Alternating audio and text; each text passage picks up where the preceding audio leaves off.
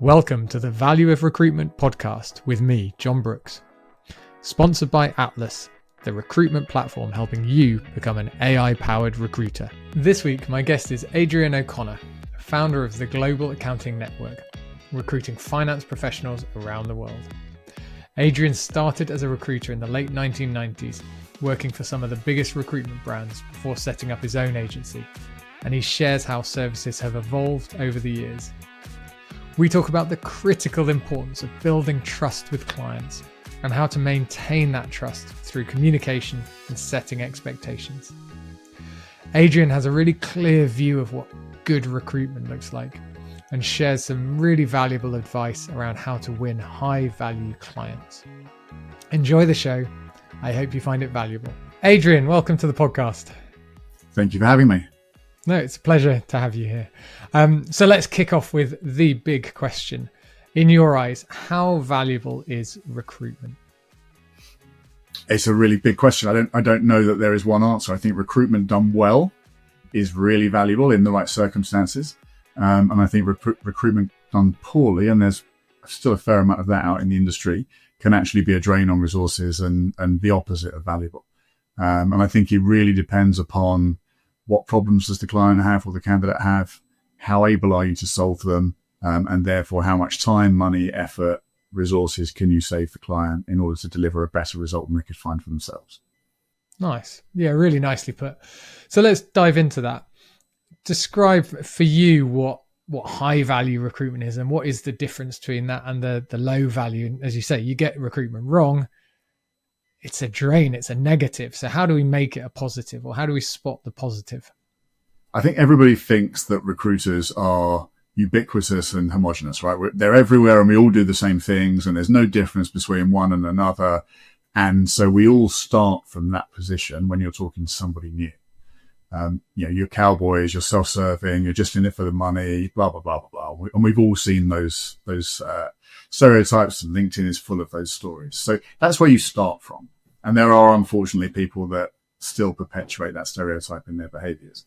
But actually you differentiate yourself by being genuinely knowledgeable, by actually really wanting the best result for all parties rather than just by chasing the money, and by doing your very best to solve genuine problems for people. I think that you have to take time to understand the people that you're talking to. Ultimately, we deal with people. 80% of what we do should be matching people to people, and 20% is matching skills to a job description. And so the more you move away from the transactional throwing bits of paper around matching technical capital letters on a CV to a job spec, to the meeting people, understanding their needs, understanding their personality and what's going to work for them and with them, and actually matching well, the more you're moving towards the valuable end of the market. Now, if you add to that, people are trying, we're in a unique industry in some regards because our customers are actively trying to not need us. Right. So, 30 years ago, it was, in my opinion, it was easier, even though we have more technology and access to more data and, it should be easier now. 30 years ago, it was easier because more and more our customers are actively investing in tools that mean they won't need us. So for us to be valuable, we've got to be better than their expectation, and we've got to be better than the things that they can do with the huge amounts of investments they're putting into automation, talent acquisition teams, ATSs, whatever it might be. We've got to now deliver greater value than they can get from those things in order to genuinely be valuable. Yeah. And that's clearly an opportunity and a threat. The threat is they're trying to replace us. How can they get rid of us? The opportunity there is, well, hang on, that behavior is pushing us to be higher value, to be better. How do you see that in your business? How do you, as you say, your clients are trying to get rid of you? How do you counteract I didn't say my clients are trying to get rid of me, but it's, okay. I think one of the things that we talked about offline was how do you stand out from other agencies? And I don't think that that's an easy question to answer because so much of what we do as recruiters is homogenous. And if someone says to me, tell me how you're better than your competitors, I can't answer that because there's some brilliant competitors out there and there's some awful ones. There's some things that company A does really, really well, but we're better at, and company B does terribly and we're better at, but they're better than us at some things as well. So ultimately, I don't think that's what matters. And I don't think it's what matters to customers. I think what matters to customers is, how can you solve my problem? Right. And how can you solve my problem more effectively than the access routes I have at the moment to solving those problems? And so for us as a business, it's not about an elevator pitch. It's not about, well, we do this, this, this, and this, and we do them every time and whatever. It's about, tell us what's going on. And if you're a candidate, I want to understand your career goals. I want to understand where you are in those career goals, what skills you've got, what skills you're lacking, where do you need to fill those skills gaps in order to progress to the next level of your career and the bit beyond. And how does the next role fit into the next role and the next role and the next role? So that actually it's about solving career gaps for them. It's about helping them with a career plan. As a client, I want to understand not just what skills do you need, because that's the easy part. Why do you need it? What are the problems you're trying to solve? How does this fit in? What's the measures of success for this person? How are you going to assess those measures of success? All of the things that help us actually get really good hit rates when it comes to solving the problem. So, what do clients complain about? Too many CVs, recruiters don't understand the vacancies, it takes too long, interviews are irrelevant, I know in the first 5 minutes they're not right. All of these things we can eradicate by just doing the basics really, really well. And we start there. And we start with, what are your problems? What help do you need? Why do you need that help? What are the solutions that you've tried? And then tell them how we can improve upon those solutions to deliver a better result. Yeah. It's interesting. You talk about, rightly, recruitment is seen as homogenous. We all do the same thing. But when you talk about those clients' problems, how big a range of problems do clients have? Is it that every client has the same homogenous problem, or actually are we solving different problems for different clients? I think the problems are fairly similar across most clients. The reasons for the problems can vary, and the urgency of the problems can vary, and the solutions that are required can vary. I think that typically bad candidates, too many CVs, not enough, time to hire is too long, fallout rates are too high, and that's down to partly us and partly them. I don't think it's always the recruiter. But so the problems go along a theme. They're not always the same. And some people will have this combination and some people have that combination. And the solutions can often go along a theme and be broadly similar as well. But I think it's more about identifying why, how, and when, rather than what. And recruiters typically focus on what. What do you need? Okay, I can do that for you. And off they run and they go off and try and find it. And actually, why do you need it? Let's talk about why you need something. Then we can talk about what you think you need. And then perhaps we might even change what you think you need based upon what problems you're trying to solve, what's available in the marketplace, where we've seen success in these things before and how we've done that. And we can play some scenarios out and we can challenge you and you can challenge us and actually have a business conversation about it. And if you view yourself as a professional services person, you view yourself as a consultant, then it's okay to do that. You can challenge and have those challenging conversations. And that's where I think the heart of what we do is. That's what differentiates an exceptional recruiter from a job filler or a job not filler in some cases. Yeah. And there's so much value in challenging what clients think is right. What's interesting in those range of problems, and you listed, as you say, most of the common ones there, is the issue we come across when the client doesn't put a value on the problem they're facing. So they don't see it. So they might be complaining about the number of CVs or the time to hire, but what they're not doing is saying, hang on, it's important that we fix this, or that we invest in this, or that you help us with this. So as you say, sometimes you need to say, no, this is important to the client. We need to look at this. I think sometimes they've not thought about the implications of it. Recruitment is a small part of their job. They haven't really thought about the implications. And so it's through asking good questions and challenging those implications and challenging those needs that you can actually have a really meaningful conversation about it and show where the value is. Yeah. I think one of the pushbacks I like to use when people say, oh, recruiters are homogenous, it's like, right, well, what is recruitment?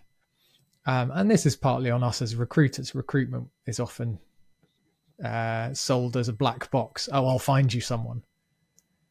Well, as we know, there is so much that goes into the background of that.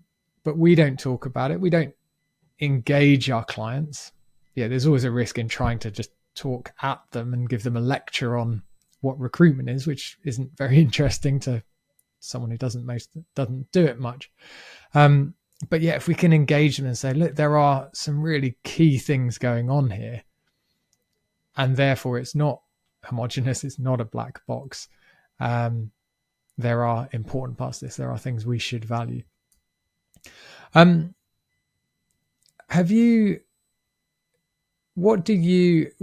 you're in with a client and working with a client, do you feel that your processes are different? How do you try and differentiate what you do there?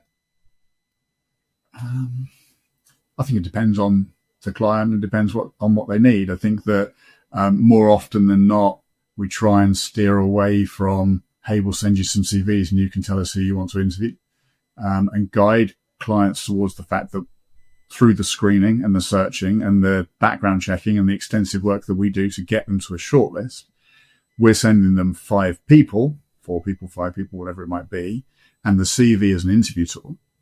And so the first stage is to ask for that trust and earn that trust, so that clients aren't having to say, oh, I don't like the look of this person on paper, I'm not going to interview them, because they know that we've met them, we've competency interviewed them, we've background checked them, we've got examples of work that they've done that fit the brief, we've checked those with referees to make sure they're genuine. And so by the time they get to you as the client, we know they can do the job, or we're confident they can do the job.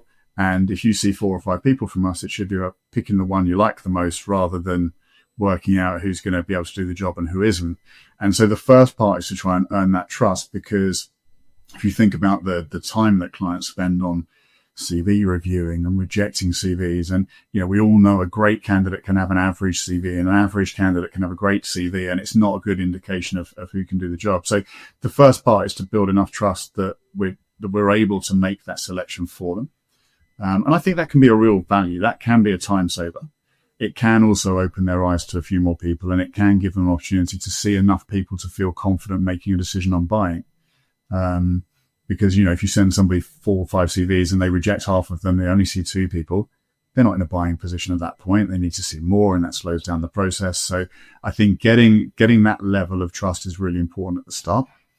And, once clients have done that, they tend to do it every time, because we work really, really hard to make sure that we don't burn that trust. So we have to, you can only ask for that trust once. If you ask for it once and don't get it and get it and then don't earn it again, you're not going to get it back. So that's important. I think that communication, we would try and run it like a project. So the things that frustrate clients about recruiters, it's an infinite list. But I think one of the things is communication and not knowing what's going on and not knowing how the project should run. So the date of instruction, or the date we agree the brief, we try and set timelines for everything. So on this date, you'll get your shortlist. The day before that, we'll give you a call, or we'll jump on Teams and we'll run you through the shortlist so that you're aware of who you're meeting and why, and how they've been selected and why they've been selected. Then you'll do the interviews on one afternoon or one morning, and then we'll meet with you afterwards to debrief and tell you the candidate feedback and take your feedback and move forward to the next stage. So you run it like a project. Everybody knows what the expectations are. Clients can feel like it's in hand. They don't need to worry about what's going on. We'll give them an update as frequently as they want, but they don't need to be stressed about it. They can go off and be accountants or finance leaders or whatever they need to do, and they can trust us to do what we need to do. And that's a big thing for most people, because typically they'll get a CV here, a CV there, maybe 5 CVs and 2 of them are any good. And if you can take all of that stress away, you're immediately adding more value. Yeah. And as you say, while recruitment is important, it is not the key part of their job for almost anyone we're working with. So they will value spending their time doing other things if they can. I think that communication combined with expectation management is really important. an analogy I like to use is, you buy something, off any website these days, you're going to get hit with a blizzard of emails saying, great, your order's been received. Okay, here's your invoice. Oh, your order's out to delivery. Then the delivery company says, oh, your delivery's coming. And it's overkill. But so we don't read those emails, but that's almost where we want to get to with our clients some of the time. The aim, in my opinion, is not that a client reads every update we send them. It's that they know that update's going to be there if they need it, so that actually they can relax. They can say, oh, Adrian's emailed me again. Great. It's all in hand because I know it's in hand. The fear comes when, hang on, Adrian hasn't emailed me for 2 weeks. What's happening? Oh, do I need to look into this? Do I need to start getting stressed about this? Do I need to use another agency? And that's a downward spiral for the client, and clearly a downward spiral for us as well. Yeah, and I also think there's an important part of that that's based on exclusive relationships. The idea of a multi-agency contingent search just fills me with dread. I don't understand the need for it. I understand why clients might think it's of benefit, but I really don't think that it is. Numerous times each month, we're having conversations with clients that want to engage 3 recruiters and talking to them about the difference between what they think they're getting by doing that versus what they're actually getting by doing that. And why it's more valuable to find 1 recruiter that you trust to deliver than 3 that you don't trust to deliver. And I think that the recruiters get a really bad reputation, as I've said before. But much of it is the behaviors that are determined by the payment model, the engagement model.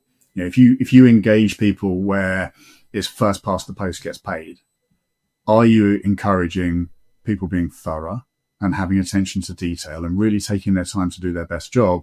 Or are you encouraging them to work fast in order to try and beat their competition? And so I think there's a huge amount of the problems in the industry that are perpetuated by that. I've been in the industry for a long time. I think this is my 26th year or something like that.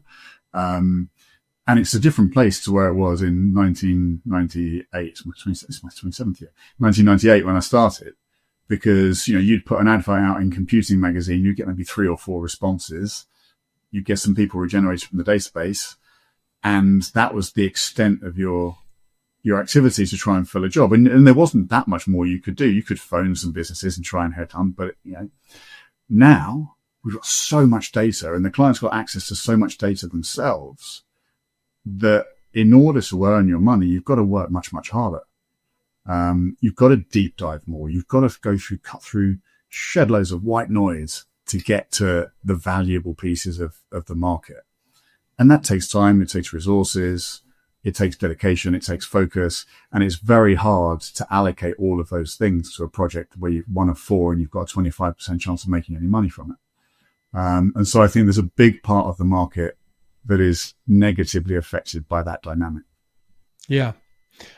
How have you approached the question of retainers versus getting that exclusivity? And do you ever take non-exclusive business? Personally, no. I mean, my clients work with me on a retained basis. That's how I work, and I'm happy to walk away. That's the first part, right? I'd love to help you. I know I can do a good job for you. You've just told me I can do a good job for you. I can't do it on that basis, so I wish you all the best. And being prepared to do that is a big thing, and it's easier for me because I own the business and I'm not under the same pressure perhaps to deliver the fees that some other people are under, although I do put myself under a lot of pressure to do that. If you're a recruiter and you're at your desk and you're worried about your targets and whatever, it's hard to make that decision to walk away, but actually walking away from bad business is always the right choice. So I think I spend a lot of time helping people understand, like I said to you before, the difference between what they think they're getting and what they are getting. And it's not about me telling them, it's about me asking questions. So tell me what you think you get when you engage 3 agencies on a contingent competitive search? And the answers are largely what we get: 3 really motivated people. They're going to go out into the market and they're really going to go deep into the market and they're going to leave no stone unturned because they want to beat their competition and get paid. And, that's what we need. We need that broad, deep market coverage. Okay. Let me tell you what you actually get. And then I explain to them what you actually get is 3 fairly disillusioned recruiters who have got lots of exclusive roles on, but yours isn't. And they need to work fast to try and fill yours to beat the competition, but they can't give it quite as much attention as they give in the other stuff where they know they're definitely going to make money. And so they put an advert out. They maybe do an email campaign on LinkedIn. They do a database search and they send you the best of the low hanging fruit because they've got to act quick. And most clients want to think, okay, maybe that is, and then, so typically tell me about the quality of the CVs that you receive. Well, they're a bit hit and miss. And, what's the impact of that? How long do you spend reviewing those CVs? Usually 15 minutes per. So you're spending 3 hours reviewing CVs. What's about the interview? And so you just go through some of these problem questions and the implication questions, and you factor it back to the fact that the agencies just aren't being thorough because you're not empowering them to do so. Yeah, you've probably got very good recruiters that you're not empowering to do their job as well as they can because your model is broken and you don't trust them. And if you don't trust them, tell them you don't trust them. Tell them why you don't trust them and see if they can bat that back and overcome that lack of trust. And if they can, use one of them, find the one you trust the most and use that one. And if they can't, go to the market and find others because there's no shortage of us and there will be some out there that you can trust. It doesn't have to be me. It should be me because you should trust me because I'm really good, but it doesn't have to be me.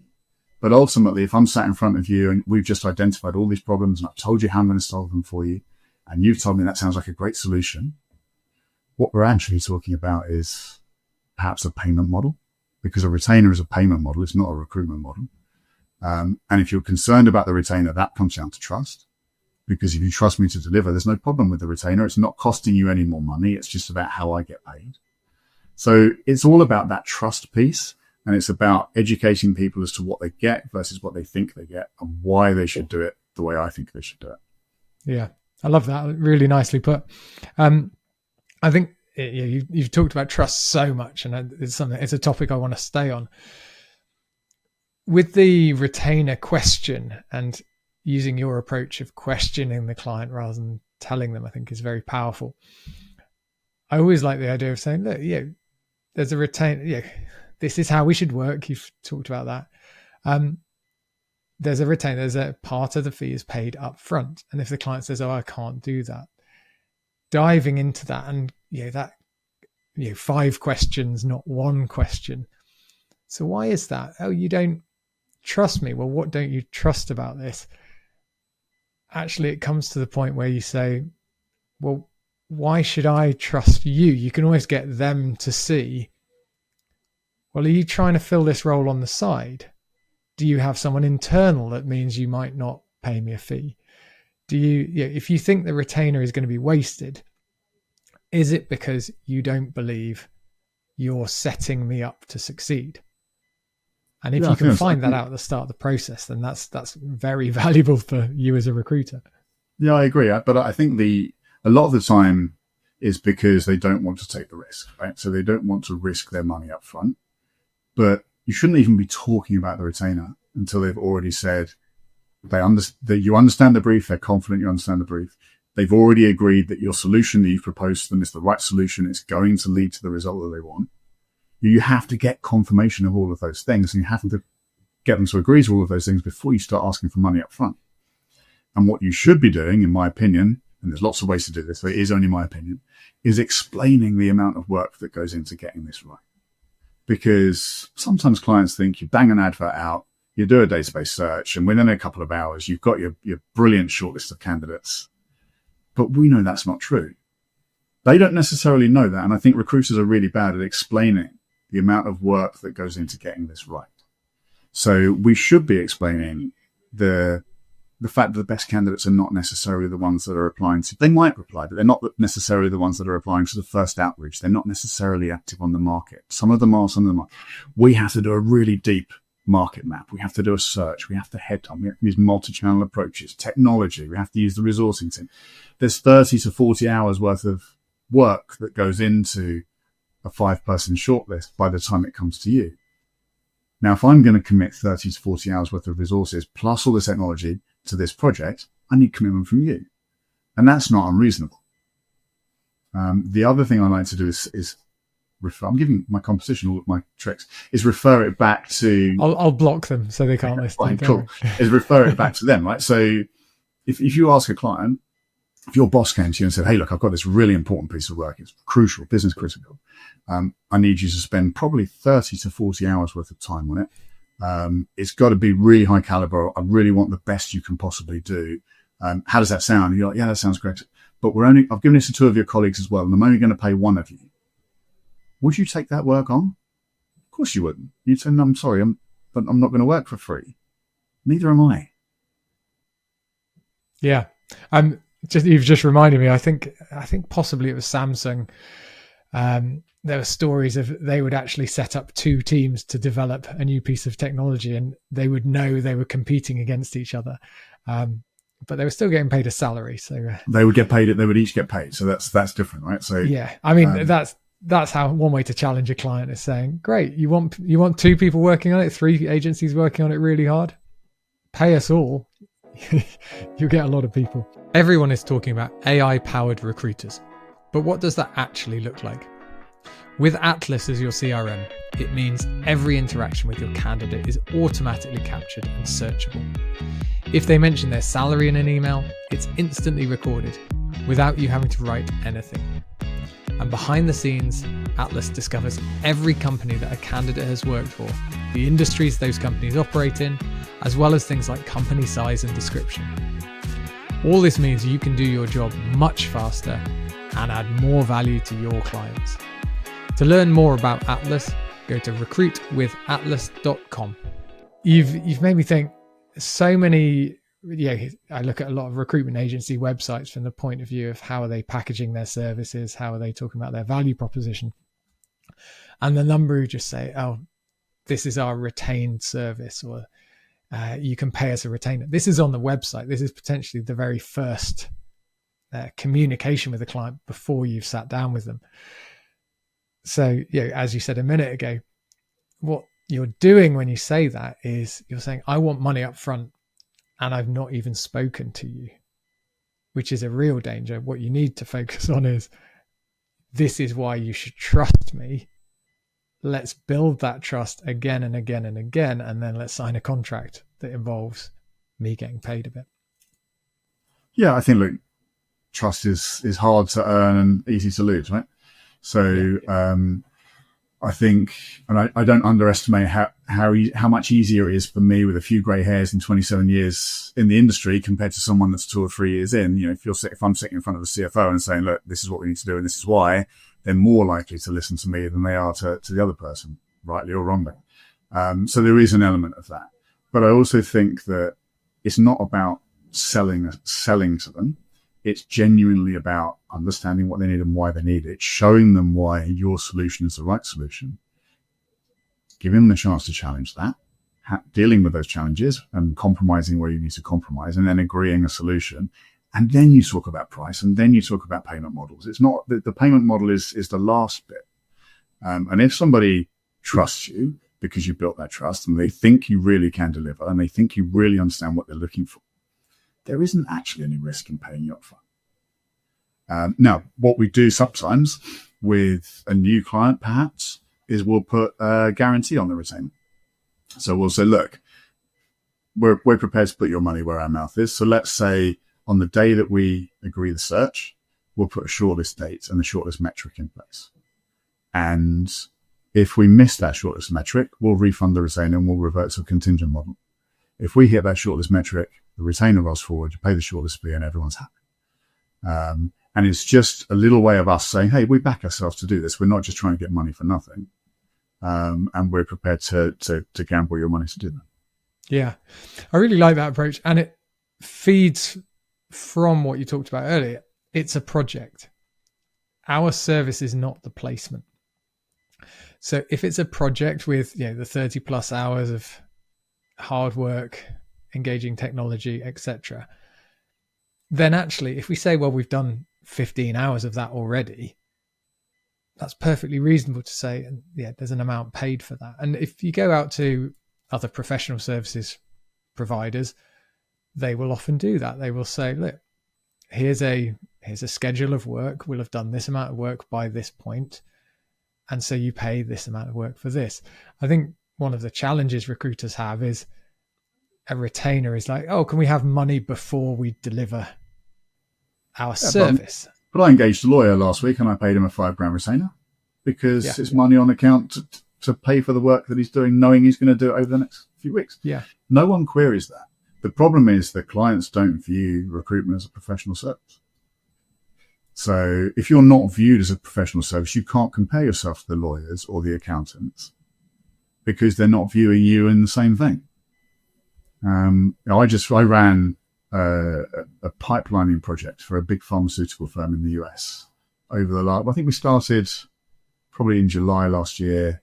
The CFO knew that he had some internal movements. He was going to promote some people and move people into different divisions. And so he didn't want to wait until that happened and go, right, shit, now I need some VPs from pharma. That's going to take another 6 months.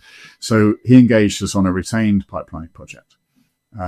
Where we went out into the market and we mapped and we networked and we met with the best people we could find and we introduced the best of those to him over a period of months.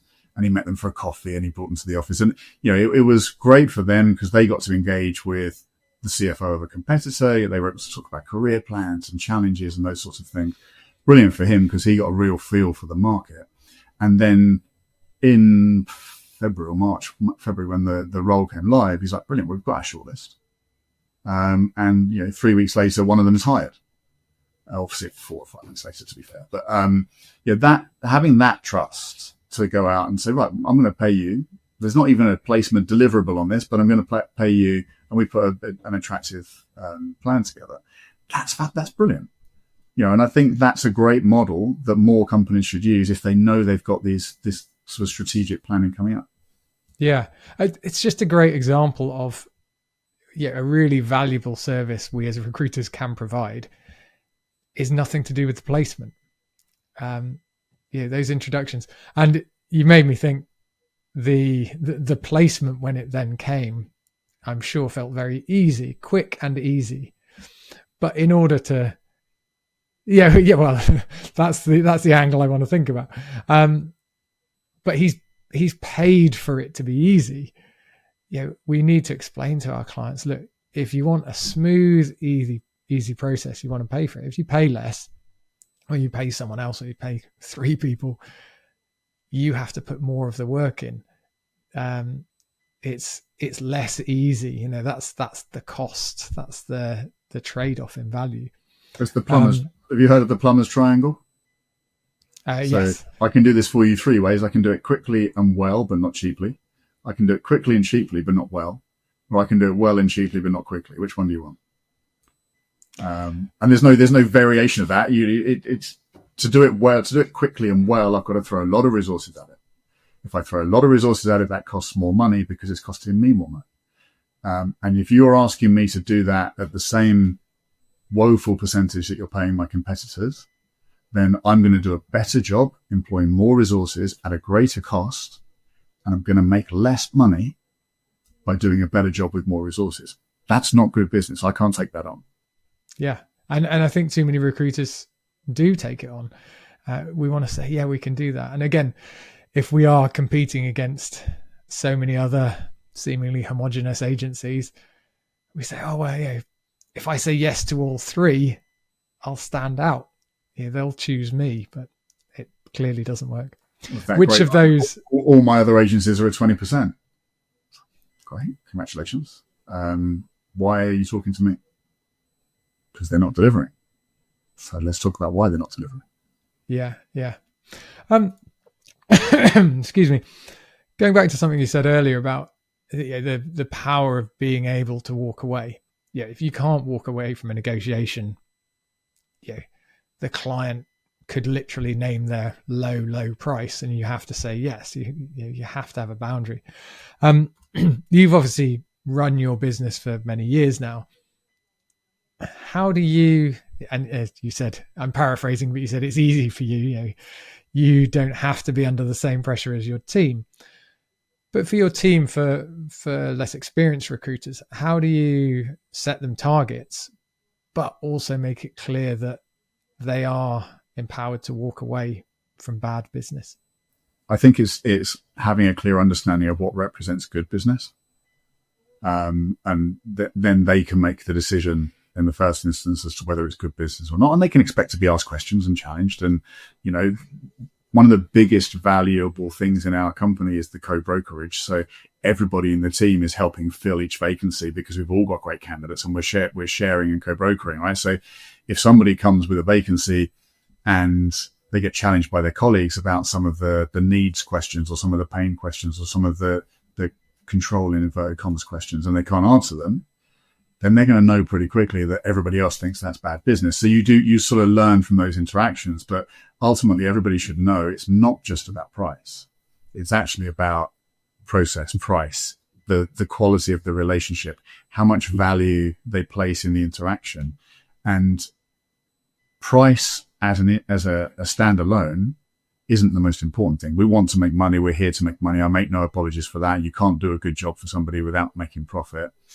But at the same time, I would still turn down a high value deal if I thought the relationship with the client was wrong. We were just going to set ourselves up for failure that way. So it's not just about the price. It's about all of the things that contribute to what's going to make it a successful relationship. And so people should be very aware of what those things are, so that if they're coming to me and they're saying, hey, look, I've got this new client, they want to work at X percentage, which I know is a discount, but these are the reasons I think it's going to be really successful. That's an interesting conversation. These are the things I've been able to get from them as part of the negotiation. That's an even more interesting conversation. If they just come and say, well, all their other agencies are at 20%, well, that's not good business. First of all, they've got lots of other agencies. Secondly, if we're going to spend more time and deploy more resources and do a better job, there's no reason we should fit in with that 20% or whatever percentage it is. And so it's about that communication. It's about understanding what makes a good client and what makes a less good client.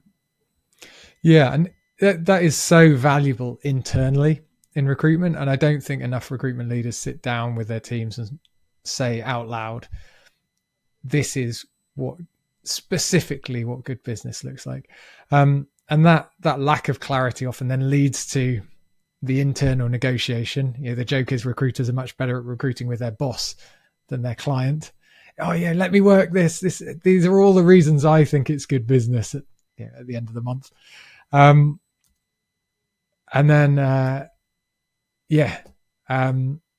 your other point was on the social, the peer pressure.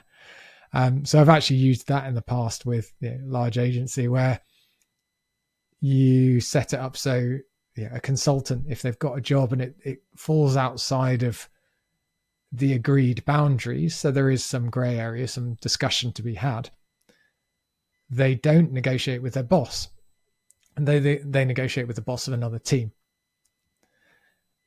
And suddenly the social pressure kicks in. It's you don't want to let your own team down. It's someone external. So actually, what we found in doing that was there were a lot less grey areas, because people said, actually, I might be able to pull the wool over my eyes with my boss, but not that person over there I don't know very well, who I almost see as an internal competitor kind of thing. So they got nervous. So they said, actually, I'll look at this with a bit more clarity and say, this probably isn't the right role for me. But yeah, if the whole team, if all of your peers are sitting there saying, hang on, I'm going to help you work on that. So if you've dropped your fee by 20%, why should we be working on that? Just really give me clarity on why. Yeah, and as I say, it's more than just the fee. It's about the relationship. If someone doesn't value you highly enough, is that going to be a good relationship? And ultimately, if you can't get someone to see the value in you, you're going to struggle to influence them. You're going to struggle to partner them, because they're looking at you as a CV provider or a resource. I hear people in the US sometimes say, "Can I be a resource for you?" I hate it. It's like, and if they don't see you as a partner, a sale is a transaction between two equals. If they don't value you appropriately, they don't see you as an equal. They don't see you as a partner in this relationship. And that's going to make the transaction more difficult. It's going to make the process more difficult. And so I think the price is sometimes indicative of what the relationship is starting out as, or what the relationship is likely to be. So that to me is more important than the price. Yeah.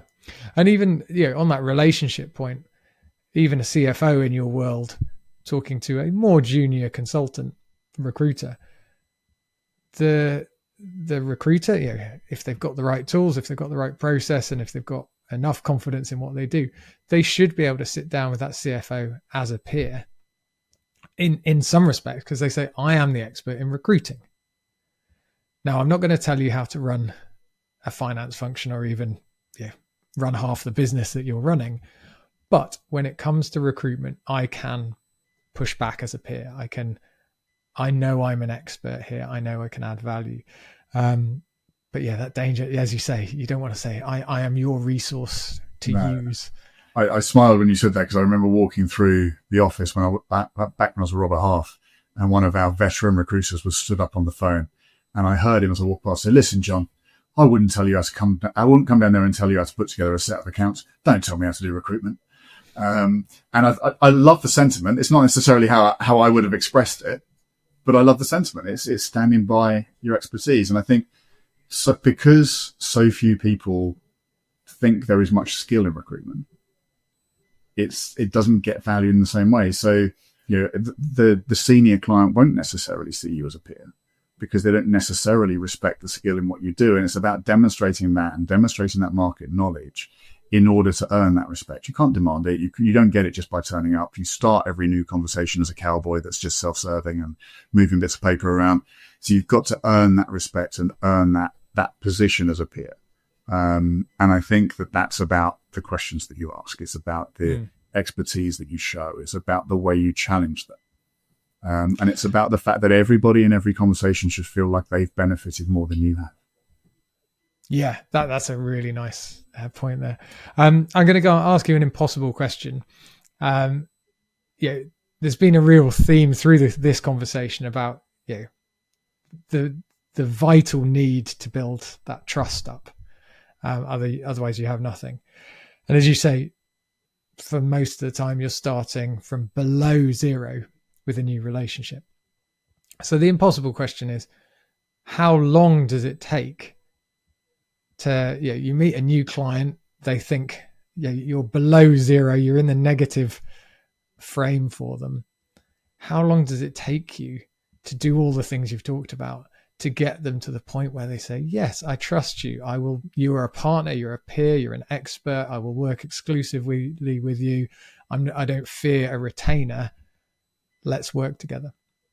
It is an impossible question because everyone's different, right? But, I think typically it takes 5 or 6 touch points to even get a meeting with somebody. The person that meets you on the first call meets everybody on the first call. They're never going to be your best client because they're just curious. You might convert them, but the valuable relationships take a long time to even get a meeting.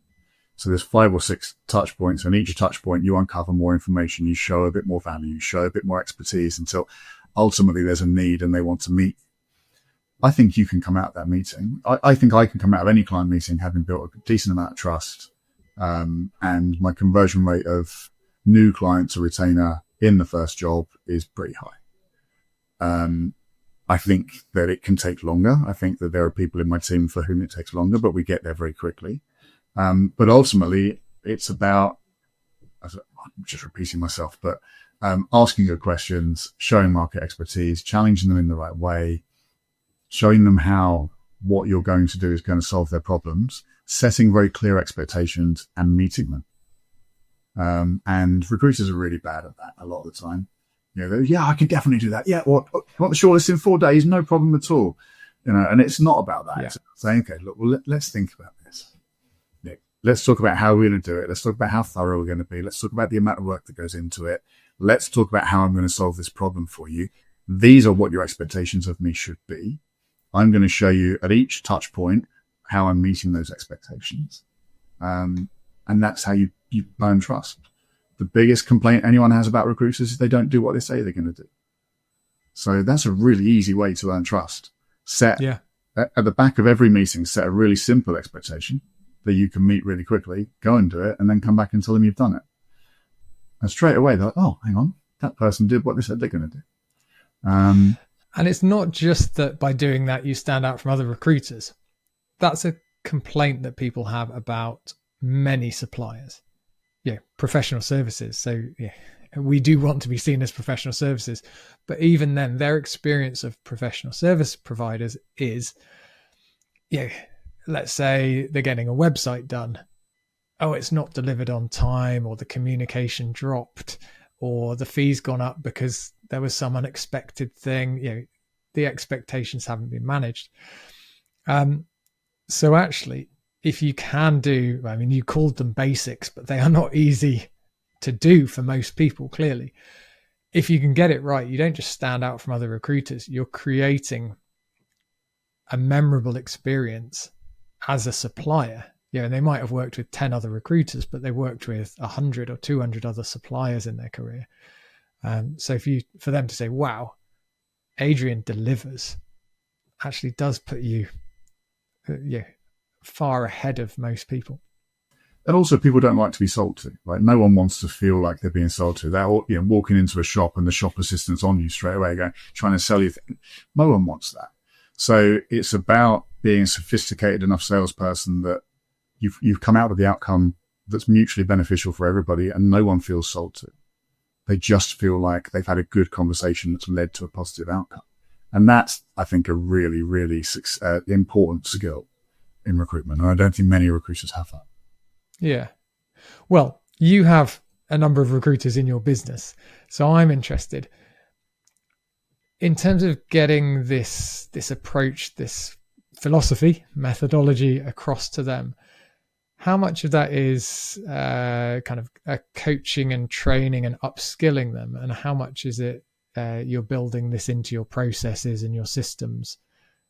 It's a mixture of both of those things. And it's also almost osmosis when you sit in the office, because it's in the DNA of what we do. And we're fortunate enough, touch wood, that we've got some people that have been with us for a very long time that have been just living and breathing that mentality for a very long time. So there's a good part of it that's that, and those are the most successful people. So somebody new sit down and go, I'm going to copy them and listen to what they say. So that's really helpful. I think that Matt, who's our MD, is very, very good at conveying this methodology, this philosophy. And, he goes on a lot of meetings with people when they first join, and it becomes part of how they operate. So, I think there's a lot of coaching, there's a lot of development, and it's also just part of our DNA. Nice. Yeah. I think one of the things that frustrates me in recruitment is the sink or swim. And obviously the survivors, those of us who are still here, have swum more than we sunk, but, we don't have, lots of people fall by the wayside. So actually, if the senior people like Matt are going out on those meetings and modeling good behavior and supporting that. So it's not just you're out on your own. You've got to suddenly sit in front of a finance director and come across as a great recruiter. No, exactly. All the things we've talked about. Salespeople aren't born, they're made, right? Sales is a skill. And we are salespeople, and we shouldn't apologize for that. But if you want to become a good salesperson, you need to hone your craft. You need to think about it as, how do I become a more subtle salesperson? How do I become a more solutions-driven salesperson? How do I become how do I ask better questions and investigate more effectively? How do I uncover more pain points? And actually, that's a skill, and it's not a skill that most recruiters think about. And a number of times I've interviewed people and said, well, how much of your business is retained? And the answer is, well, no one's ever taught me to do retainers. No one's ever taught me to do retainers either. I just sat down one day and thought, I want to do more retained business. Let's think about why people are going to buy retained and why it's the right solution in certain circumstances. And then let's work out how we make it happen. And I think if you can help people become really sophisticated salespeople, then they can adapt that to the situation that they're in. And that's missing from most recruitment companies, where they'll teach you to take a job order. They'll teach you to handle objections in inverted commas. They'll teach you to do a candidate interview. They'll teach you a closing conversation. But actually, where is the philosophy of the sales skills? Why do people buy? Why, all of that stuff is much more important. Yeah, I mean, that the psychology of buying and selling is fascinating. What's interesting is you're describing the non-salesy sales skills. And I think the challenge for someone new to the industry, being told you've got to hone your sales skills, they sometimes get drawn towards hard sales. They think, right, that's what sales is, because they don't know anything else. Back in the day it was. I mean, my first day in recruitment, I got an hour's worth of training, and then I was given a list of 150 clients and told to call all of them or not come back tomorrow. That was kind of the gist of it. And it's like, well, all right, I guess I will. And you just bang the phones. And it was a phenomenal grounding, and one I'd never regret in a heartbeat. But it was tough, and it was proper hardcore sales. And I think that what it taught us to do was chase the money. And it probably took me a few years before I worked out that actually that's totally the wrong way to go about it. What you do is the right behaviors with the right people in the right way to deliver, and the money is a byproduct of that. And you'll always earn more money by doing that than you will by chasing the money. And I think that the industry has moved way more in that direction in the time that I've been in the industry. I think particularly over the last, probably COVID and beyond, 2022 taken out, it's been tough enough that the cowboys have sort of fallen by the wayside more and more. It's been tough enough that people have had to step up and have had to get better at their jobs and have had to become the recruiter that we should all be, more and more. So I think that's been a great thing for the industry. It makes it quite spicy because it means that you're competing against other very good recruiters, which is always fun. But I think the industry has moved in that direction. But you shouldn't be afraid of hard sales either, because sometimes you just got to cold call. Sometimes you just got to get on the phone. And you've got to have a thick enough skin to be able to do that. And I think that being afraid to be a salesperson or being afraid to admit you're a salesperson is a very dangerous thing in recruitment. Yeah. But a consultative salesperson is certainly what we're aiming for. I'm always delighted actually, when I speak to people in other industries, and they really admire the ability of recruiters to get in front of clients. So, internally, within our industry, we debate, how do you sell? Is the phone call dead, etc., whatever else. At the end of the day, we're good at getting in front of our clients in the way we do things. And other industries, people are sitting there saying, how do you see so many people? How do you know so much about what is going on in the industry? That actually leads on to something I've worked with a few people on. We don't always realize, but recruiters have a much better view of the industry and your clients' positioning compared to their competitors than most other people. So even their other professional service advisors, their lawyers, their accountants, whatever, aren't able to say, oh, here's what all your competitors are doing. Here's what they're talking about. Whereas recruiters can say, well, hang on. Yeah, I can paint a picture. I can give you a lay of the land. I can give you the context in which you're working or recruiting or thinking strategically, which naturally leads to, well, hang on, is there value in that? You can use it to build trust, as you've said. I think there are even points where you can build an offer out of it and put a price on it and say, look, we can help you strategically, and recruitment is a secondary conversation. Absolutely. Yeah, but there's definitely value in that. And I think that's where you want to be. You want to be seen as the partner for all things human capital, is sort of one of the better phrase, but so they can come to you for benchmarking, they can come to you to help with career planning for people in their team, to ward off approaches from external and to look at increased retention. They can come to you for help with onboarding because you have enough knowledge of their competitors and of the landscape they work in to be able to show them what their competitors are doing and how they can step up and do more. Yeah. So you don't have to be an onboarding expert as a recruiter. Even just saying, oh, did you know, in your field, there's another accounting firm, and they were featured in a magazine talking about this, or they mentioned this, or I spoke to them recently and they were saying they're doing a really big push on onboarding or whatever. Just sharing that information is more valuable than we realize. Brilliant. Well, I've loved the themes. I love how consistent the themes have been. So everything we've talked about over the last hour or so has come back to trust and value and consultancy with a nice sales edge to it. So I think that's a great way of doing recruitment. So thank you for sharing your approach and how you go about that. No, thanks for having me. I've enjoyed it. Thanks, Jon. Thanks again to Adrian for sharing his views and insights on recruitment. 3 things stood out for me. First, the importance of trust in our relationships with clients. I like the way Adrian talked about starting from below zero with new clients and how he builds that trust in a way that leads to exclusive business and retained work. Second, how Adrian described every assignment as a project. This approach means focusing on high quality communication and setting clear expectation, which again builds trust with your clients. And third, his suggestion to focus on the why, the how, and the when, not the what, in conversations with clients.